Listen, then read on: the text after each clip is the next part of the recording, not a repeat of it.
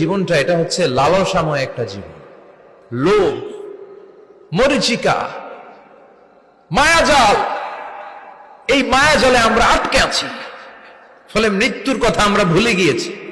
পাগলের মতো ছুটছি, আরো টাকা লাগবে, আরো খ্যাতি লাগবে, আরো যশ লাগবে, আরো দাপট লাগবে। আমার এত টাকা দিয়ে কি হবে? এত সম্পদ দিয়ে কি হবে?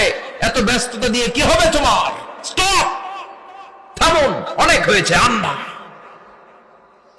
থামুন, take a rest, take a breath and think about death. Think that you have to go back to your Lord. একটু বসেন না, একটু ভাবেন যে আমাকে চলে যেতে হবে, চলে যেতে হবে। এই কোলাহল, এই ব্যস্ততা, এগুলো থাকবে, থাকবো না আমি। সাইয়েদনা ওমর ফারুক বলেছেন, মুতু ক্বাবলা আন তামুতু, মরার আগে একবার মরো।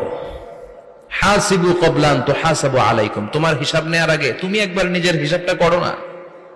কাগজ বের করে একটু লিখো না কি কি ভালো কাজ করছিলা, যেগুলো দিয়ে নাজাতের ওসিলা হতে পারে। 1 2 3, আর কি কি আকাম কুকাম করছো দেখো না, লিখে দেখো তোমার অবস্থাটা কি। মরার আগে একবার মরো। মরার আগে খাটের মধ্যে শুয়ে শটান করে চোখ বন্ধ করে একবার মরার ভান করে দেখেন কেমন লাগে।